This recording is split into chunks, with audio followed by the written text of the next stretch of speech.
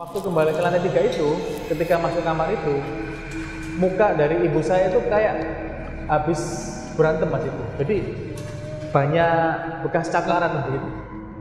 Akhirnya dia bercerita, ya betul, dulu di situ di lantai 2 pernah kejadian orang yang menyewa di lantai 2 tersebut diperkosa dan dibunuh di lantai 2 itu.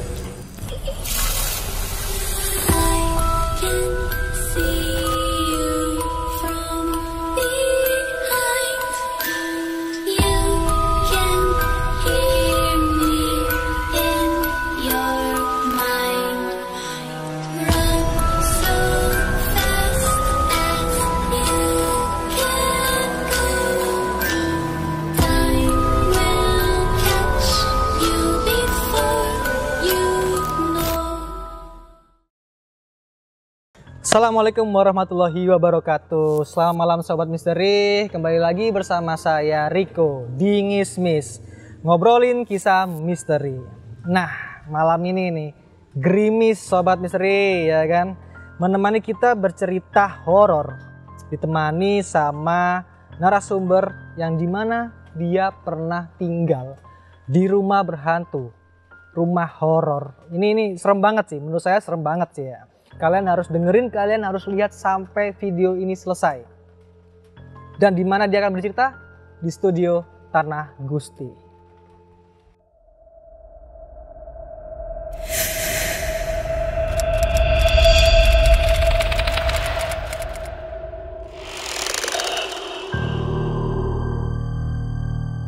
Oke. Langsung aja Sobat Misteri, kita dengerin cerita dari Mas Iko. Mas Iko, monggo. Perkenalkan langsung ke acara ceritanya.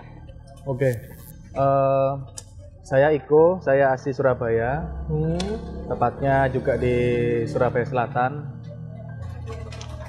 dan saat ini juga domisili di Surabaya. Sebelumnya juga ya pernah domisili berpindah-pindah tempat lah, di luar kota dan di luar pulau. Jadi awalnya itu waktu itu kejadiannya sekitar tahun 95. Mungkin pada saat itu kita masih kanak-kanak ya, Mas Riko ya. SD mungkin? Ya, SD lah ya. Oh, ya. SD tahun 95.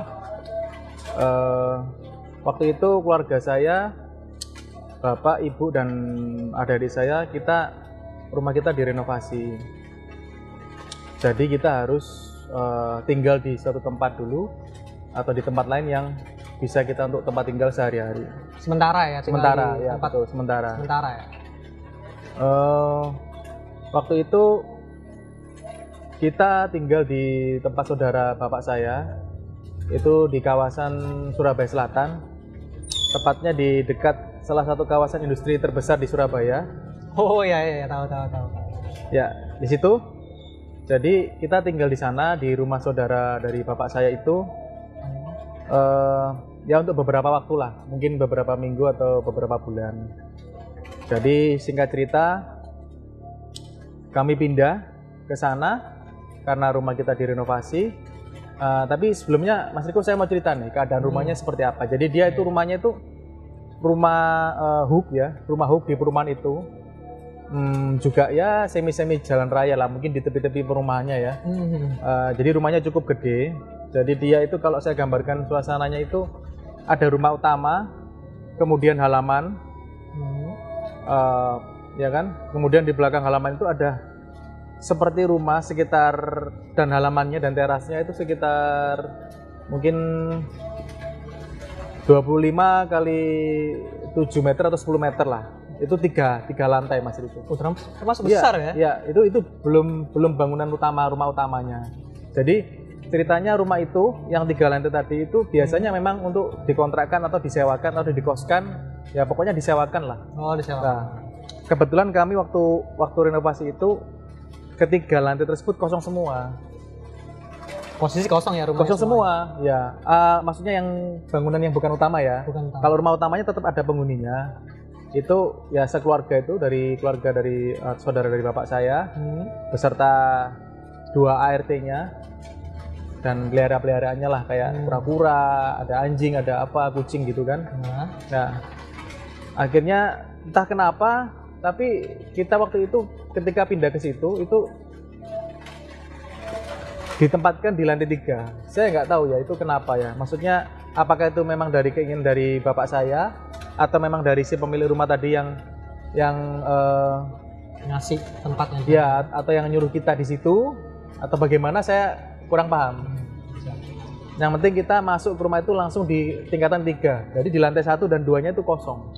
Ya, jadi rumah utama, halaman parkir, lantai 1, lantai 2, lantai 3 beserta terasnya, ada tangga begini urutan ke atas. Lah di bawah tangga itu ada bangunan kecil itu untuk tinggal ya mungkin ya asisten rumah tangga ya, beberapa asisten rumah tangga. Ada perempuan, ada laki di bawah tangga, persis di depan bawah tangga tersebut. Ada selisih sekitar 1-2 meter dari tangga bawah tersebut. Nah, oke, kita pindah ke situ. Udah kita tinggal di situ seperti biasa. Posisi di lantai 3 itu paling kecil di antara 2 lantai lainnya. Jadi cuman ada teras kecil, kemudian ruang tamu, kamar agak luas, ya kan?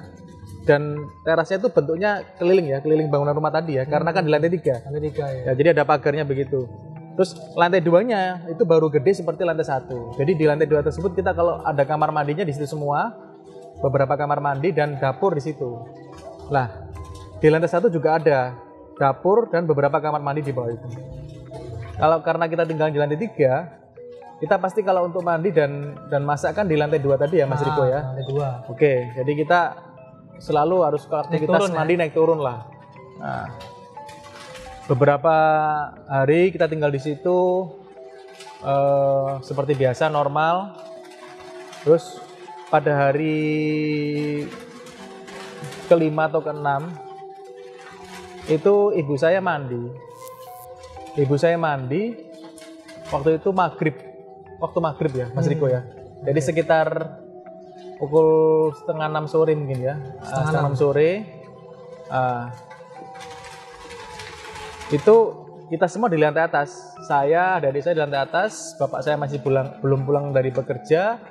Ibu saya mandi di bawah, kan di lantai 2 ya Mas Riko ya. Pemilik rumah masih ada di situ, masih ada di bangunan utama beserta ART di lantai 1 masih ada semua. Nah, ibu saya mandi. Waktu mandi itu dia bercerita, waktu buka pintu kamar mandi untuk meletakkan ember bekas cucian pakaian itu, dia melihat perempuan itu berdiri di depan atau di balkon lantai 2 tadi, dekat jendela atau pintu yang menghadap ke parkiran. Nah, tapi perempuan itu anehnya itu memakai baju yang sama dengan gorden di rumah lantai 2 itu. Oh, dia motif baju perempuan tadi itu. Bajunya dia kayak gorden di lantai 2 itu. Iya, betul. Jadi motif bajunya dan warnanya itu sama persis dengan warna gorden di lantai 2 itu. Maaf, itu kelihatan nggak wajahnya? Oh, normal, manusia normal. Wajahnya dia ngadepnya kelihatan. Nah, bajunya itu kan sama, ibu saya udah curiga itu baju kok sama dengan gorden. Ya cuma sebatas itu aja sih, cuman bertanya-tanya gitu. Tapi masih nggak berpikir apa-apa. Dan ketika dilihat perempuan tersebut menoleh ke arah ibu saya, juga tersenyum dia, normal, cantik perempuannya biasa, ya kan, pakai heels gitu kan, pakai baju dress sepan gitu kayak baju kantor, tapi pokoknya motifnya dari rok sampai atas itu persis seperti dengan gorden yang di lantai 2 tadi. Oke, tersenyum, ya ibu saya tentu balas dengan senyuman dong, ya kan. Ya udah, senyum biasa, ibu saya kembali masuk kamar mandi melanjutkan aktivitasnya, mandi lagi. Ya soalnya kan dikiranya dari ibu saya itu kan mungkin penghuni baru ya di lantai 2 tadi, mau nyewa gitu kan. Mungkin ya. Ya mungkin mau nyewa atau gimana, kita kan nggak tahu ya. Udah, terus kemudian ibu saya kembali ke lantai 3 ke atas. Lah, waktu kembali ke lantai 3 itu, ketika masuk kamar itu, muka dari ibu saya itu kayak habis berantem Mas Iko. Jadi banyak bekas cakaran begitu.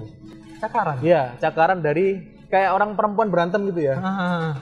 Nah itu saya yang ngomong gitu loh ke ibu saya nggak tahu, dia tidak merasakan sakit awalnya waktu kembali ke lantai 3 itu, ke tempat tinggal kita. Saya bilang, Mam itu kenapa mukanya gitu kan, kemudian dia bercermin, dia juga kaget, ternyata ada bekas cakaran ya di mukanya, kuku, ya cakar kuku kayak perempuan berantem gitulah. Ya, terus dia juga heran, ya kenapa ini ya? Kita nggak tahu itu kenapa ya, normal ya mungkin kita langsung dikiranya mungkin ibu saya itu kayak waktu keramas mungkin kecakar sendiri ya, kena cakar sendiri.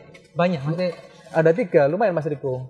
Ada 2 sisi kan, satunya 3, satunya mungkin 1 atau 2 gitulah di pipi kanan sama kirinya itu.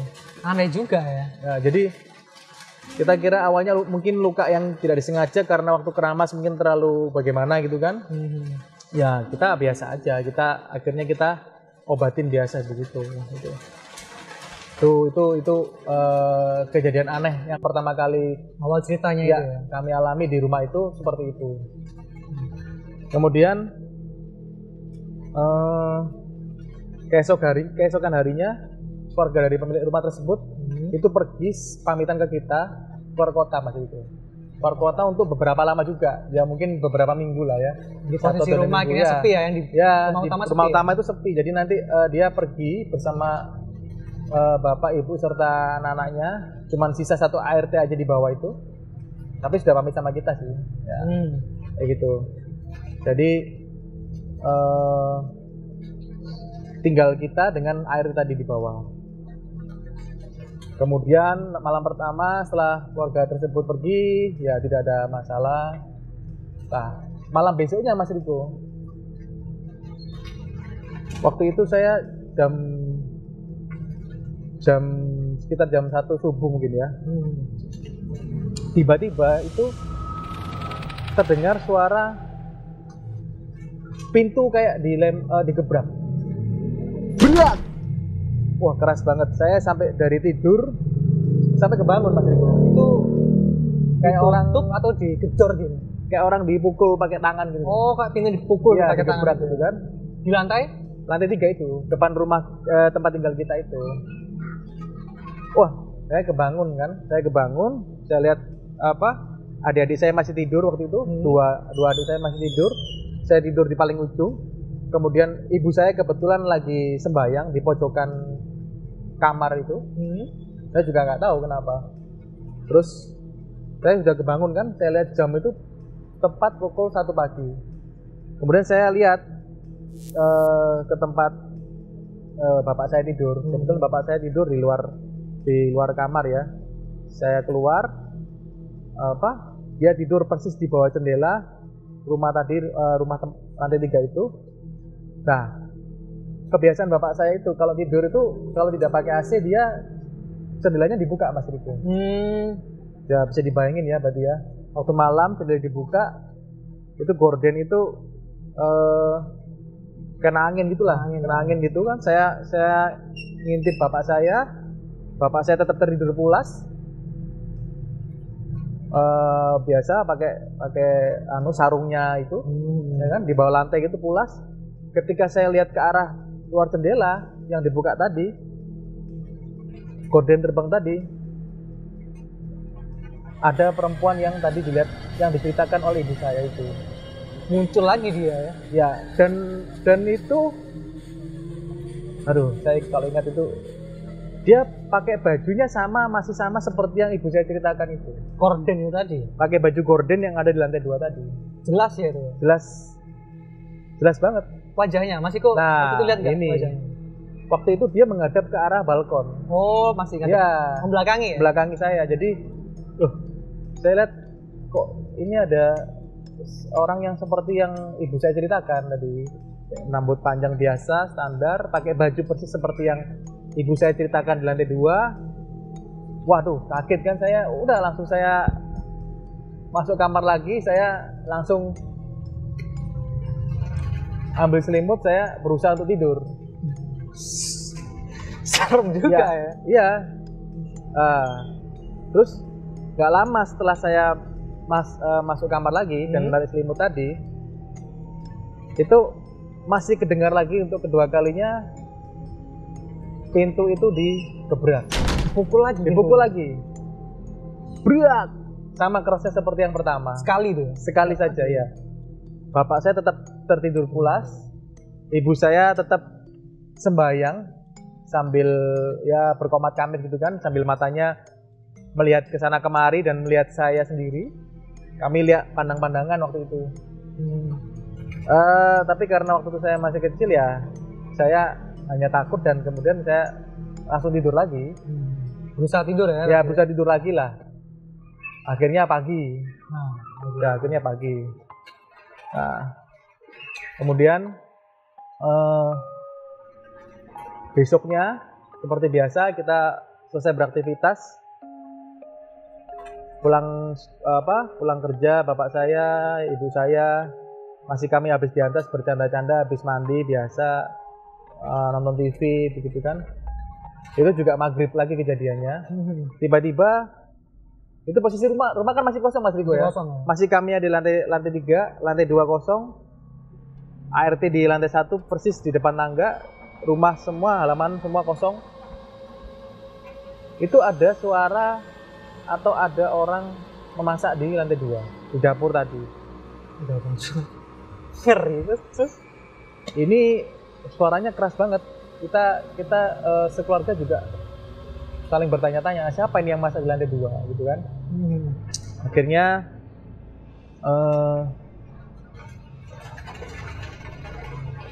Akhirnya kami tetap nonton TV kan.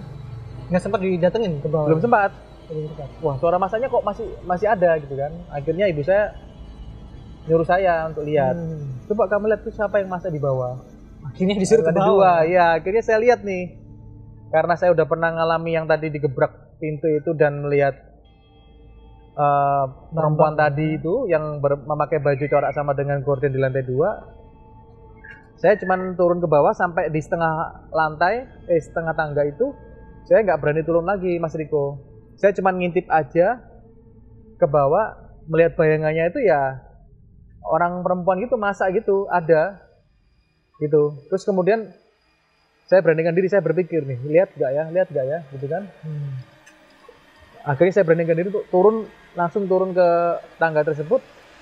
Begitu tiba-tiba langsung hilang suara masaknya, nggak ada orang, bayangannya pun hilang. Terus peralatan panci atau wajan di kompor-kompor itu tiba-tiba jatuh sendiri, Mas Riko. Waduh, langsung saya kaget, langsung saya berlari ke lantai 3 sambil teriak ke ibu dan bapak saya, gitu kan. Ya kan anak kecil kan, ya langsung takut, kita lari ke atas, saya lari ke atas, langsung orang tua saya bilang, ada apa? Wah, ya saya nggak bisa cerita, saya cuma teriak aja sambil ketakutan gitulah. Saya lari ke mereka, nggak bisa ngomong banyak, saya cuma berteriak aja. Udah, akhirnya bapak saya ngecek ke bawah kan, ngecek ke bawah, turun ke lantai 2. Ya ternyata memang tidak ada apa-apa, dan posisi wajan dan apa itu namanya ya, alat masak itu, sotil, orang Jawa bilang sotil ya, Mas Rigo ya. Sotil itu memang masih jatuh di bawah, gitu. Jadi nggak ada siapa-siapa gitu. Dan bapak saya kemudian merapikan peralatan masak yang berhambur di bawah tadi, merapikan sambil naik ke atas lagi. Terus ya sudah, kami beraktivitas normal. Cuman kami bertanya-tanya lagi, siapa lagi ini gitu kan. Ada kejadian seperti ini, kita dengar sama-sama orang memasak. Kemudian ketika kita cek kok nggak ada orangnya gitu kan. Keesokan harinya itu bapak saya pamit mau ada pekerjaan di luar kota. Jadi hanya tersisa kami, saya dan adik-adik dan ibu saya dan satu ART di bawah tadi. Ya kan? Karena apa itu? Awalnya kami takut karena beberapa kejadian aneh yang kita alami itu. Tapi ibu saya berusaha menenangkan kita dengan tetap berpikiran positif. Ya kita malam itu ya tetap normal, tidur seperti biasa. Karena termasuk intens ya, dia munculnya dengan suara-suara itu intens banget ya. malam itu pas di hari malam pertama bapak saya pergi perjalanan dinas keluar kota itu. Waktu itu ingat saya sekitar jamnya sama, subuh jam 1. Waktu itu saya kebangun gara-gara saya kebelet kencing. Nah, waktu itu saya kebangun kan, dan melihat ibu saya masih sembayang di pojok kamar seperti biasa. Adik saya masih tidur 2 orang. Tiba-tiba kami mendengar suara orang menangis, perempuan menangis. Waktu saya keluar, apalagi ini kan. Saya nengok ke arah ibu saya lagi. Ibu saya seperti biasa dengan ekspresinya sembayang, komat kamit sambil ngirit kalung atau ya baca-baca lah ya. Terus sambil matanya terbelalak ke arah saya. Kami sama-sama mendengar suara tangisan tadi perempuan itu. Kenceng banget dong. Ya jelas Mas Riko. Cewek ya? Iya, perempuan nangis kayak di depan, di balik tembok kita, di luar balkon itu. Suaranya kira-kira gimana? Masih ingat nggak? Waduh, saya nggak bisa niruin Mas Riko. Pokoknya perempuan menangis sesenggukan gitu kan, dia kayak kayaknya dia tuh kesakitan gitu loh Mas Riko. Menangis kesakitan? Iya, kesakitan banget gitu dia kayaknya gitu loh. Sedih banget dia, kayak kesakitan, kayak menyesal gitu Mas Riko. Terus akhirnya karena mungkin saya paham kode dari ibu saya itu melotot ke arah saya tidak jadi kencing keluar dari rumah tersebut. Kan kamar mandinya di bawah tuh ceritanya, kamarnya di lantai 2 kan. PR banget ya. Akhirnya saya cari itu tempat plastik seperti tong sampah, ya akhirnya saya kencing di situ. Karena saya ya dengan alasan kita nggak tahu ini apa di luar ya. Akhirnya saya kencing di plastik itu, kemudian saya tidur kembali sampai pagi lagi. Lah, itu waktu kencing pun masih ada suaranya? Masih ada suaranya. Sampai saya berusaha tidur lagi. Gitu kan? Serem sih. Iya. Jadi saya waktu malam pertama ditinggal perjalanan dinas oleh bapak saya keluar kota itu ada suara itu. Dari setelah kejadian-kejadian aneh sebelumnya itu kan. Nah, akhirnya kami berpikiran. Saya bilang ke ibu saya, "Mam, ini kayaknya kita perlu perlu ada teman untuk bermalam beberapa malam ini sampai bapak pulang gitu kan, sampai papa pulang gitu kan." Terus mama saya bilang, "Betul juga ya, bagaimana kalau kita undang tetangga kita di rumah untuk nginep di sini?" Nah, kebetulan ada ya tetangga kita dekat rumah kita itu Mas Riko, direnovasi tadi itu dekat dengan kita Mas Riko. Kita akhirnya ajak mereka untuk nginep di rumah tersebut di lantai 3 tadi. Itu ya seorang ibu dengan anak-anaknya 3 orang kalau nggak salah. Seumuran ya? Ya seumuran, ibunya sama tante itu seumuran dengan ibu saya. Anak-anaknya seumuran sama saya 3 orang juga. Kami pas bertiga juga. Kita anak-anak di situ ya seperti biasa kita aktivitas normal. Malam-malam itu masak-masak kami biasa. Terus kami tidur lagi seperti biasa. Malam itu tidak ada kejadian apa-apa Mas Riko. Aman ya? Aman. Malam pertama aman. Ya, Sahabat malam misteri. pertama tetangga saya yang nginep maksudnya ya. Oh iya. Ya. Jadi aman, tidak terjadi apa-apa. Lah, keesokan harinya tetangga saya kan itu masih menginap tuh beserta anak-anaknya kan. Waktu maghrib itu tiba-tiba ART di lantai 1 tersebut naik ke atas Mas Riko. Itu hari kedua? Hari kedua menginap tetangga saya. Naik ke atas ke tempat kami ke lantai 3. Saya ngopi dulu Mas Riko ya. Oh iya, monggo. Kayaknya kok tegang banget gitu ya. Ikut ngopi nggak apa-apa ya? Mantap, lanjut. Dia naik ke lantai 3. Kemudian dia sampai masih memakai mukena gitu Mas Riko. Habis sholat kan ya. Habis sholat. Terus sambil bawa sajadahnya tadi. Pakai mukena lengkap itu Mas Riko, masih lengkap. Tiba-tiba dia tanya ke kita yang dengan suasana hingar-bingar rame, dia tanya ke kita, "Maaf Bu." Ibu saya menjawab ke ART tersebut, "Gimana ya Mbak?" gitu. "Enggak Bu, maaf.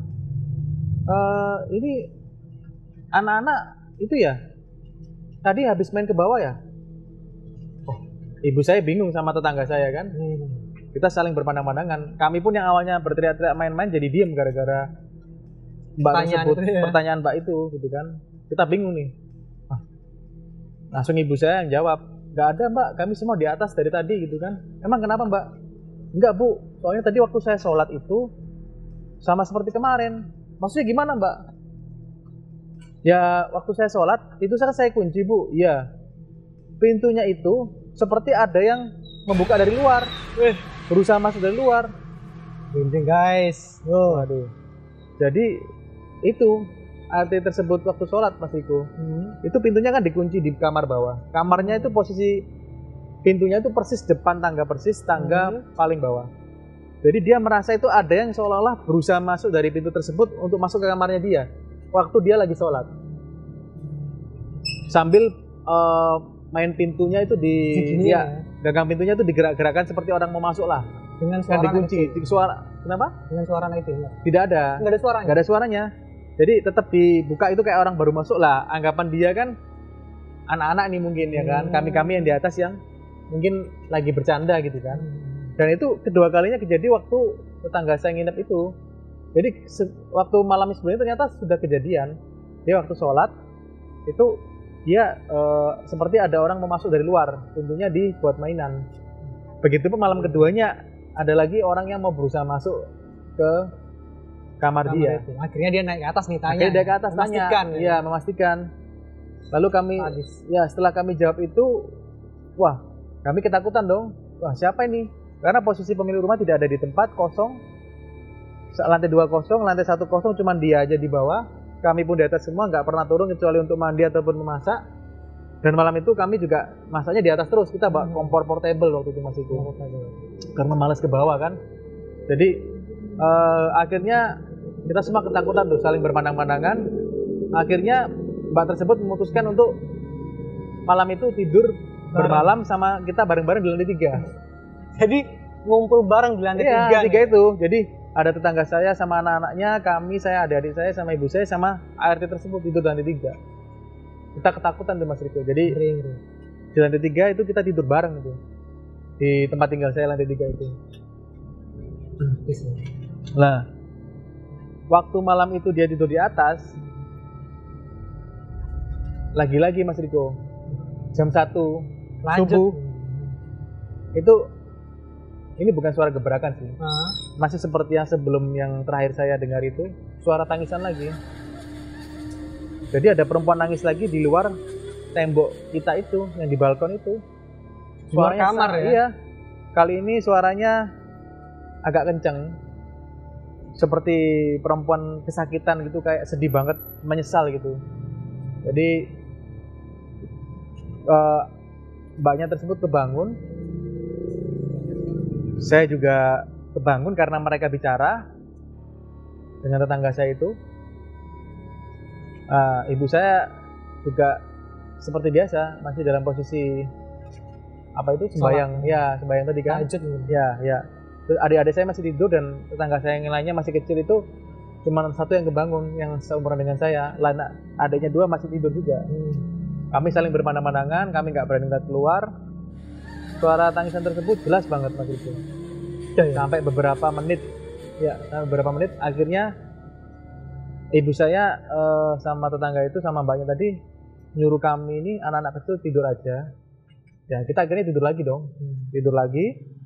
Ya udah pagi lagi, nggak tahu mereka waktu itu lihat keluar apa tidak, saya nggak tahu. Yang penting suara tangisan itu kedengar lagi. Akhirnya besoknya itu bapak saya pulang dari luar kota, terus barengan dengan pemilik rumah pada pulang semua. Wah udah rame nih Mas itu, rame kan? Akhirnya kita rame-rame bercerita ke bapak saya awalnya beberapa kejadian yang kita alami di rumah itu, di lantai 3 itu. Terus kami memutuskan untuk bercerita ke pemilik rumah, memastikan ini ada apa sebenarnya gitu kan. Akhirnya kami turun dari lantai 3 sama-sama, bapak saya, ibu saya, adik-adik saya, dan tetangga-tetangga itu sore-sore itu beserta ART tersebut yang tidur di lantai 3. Kami turun ke bawah, kami bertemu langsung dengan pemilik rumah tadi, ya kan? Padahal mereka juga habis dari luar kota, kami sudah nggak sabar untuk bicara sama mereka karena beberapa kejadian yang menurut kami nggak normal. Ganggu banget yang kita alami akhirnya kita tanya nih ke pemilik rumah, Ibu, Pak, bapak saya bicara sama pemilik rumah tersebut.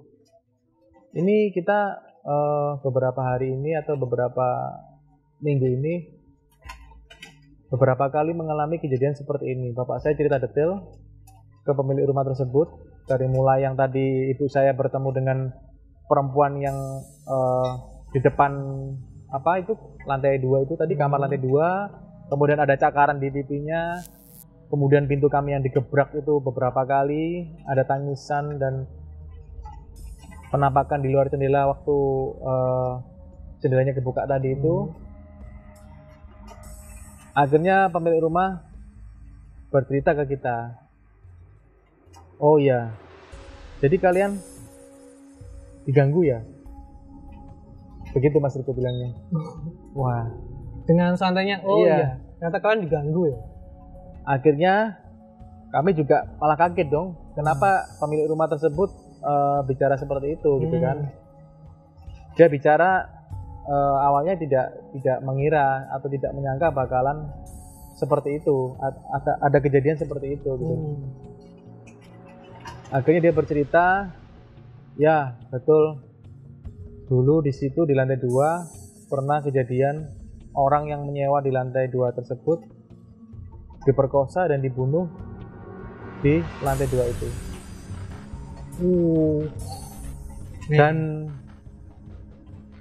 Dan itu Mas Riko, mayatnya baru ditemukan beberapa hari setelah tercium bau busuk.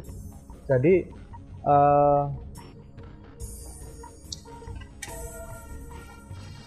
waktu ditemukan itu katanya kondisi sudah mengenaskan, tanpa busana, ya kan? Hanya banyak kayak gorden-gorden sobek itu berserakan di sekitar jenazah tadi. Ya nggak tahu itu mungkin awalnya terjadi perkelahian atau gimana, kita nggak tahu ya. Jadi ya ternyata ada histori seperti itu di lantai 2 tadi. Akhirnya itu kita keinget nih, siapa sosok perempuan tadi yang kita lihat atau yang selama ini berinteraksi dengan kita selama ini. Ya nggak lain ya perempuan tadi itu, yang bajunya sama dengan gorden yang di lantai 2 tadi itu. Korban pembunuhan itu mungkin ya? Ya. Pemerkosaan tadi itu ya? Ya betul Mas Riko. Jadi ngeri sih. Akhirnya kami memutuskan untuk tidak lama setelah itu kami langsung mencari tempat tinggal lain, dan pemilik rumahnya itu sadar ini lantai 2 harus dibersihkan tanda kutip lebih lagi gitu kan. Jadi bukan hanya bersih-bersih secara fisik ya, bukan hanya dibersihkan secara fisik tapi juga dibersihkan secara yang tidak terlihat mungkin ya, seperti itu. Jadi kami setelah mengetahui hal itu kami langsung pindah, tetangga saya juga ikut kita keluar, dan ART yang mendengar cerita tadi juga langsung mengundurkan diri, nggak bekerja di situ lagi. Langsung mengundurkan diri? Ya, karena dia kan sudah diganggu tuh Mas Riko. Iya. Sudah diganggu dengan pintu yang seolah-olah mau dibuka orang dari luar tadi. Kurang lebih ceritanya begitu Mas Riko. Ngeri Sobat Misteri. Coba bayangin, kalian tinggal di rumah yang kalian nggak tahu rumah itu bekas apa. Ternyata kalian diganggu.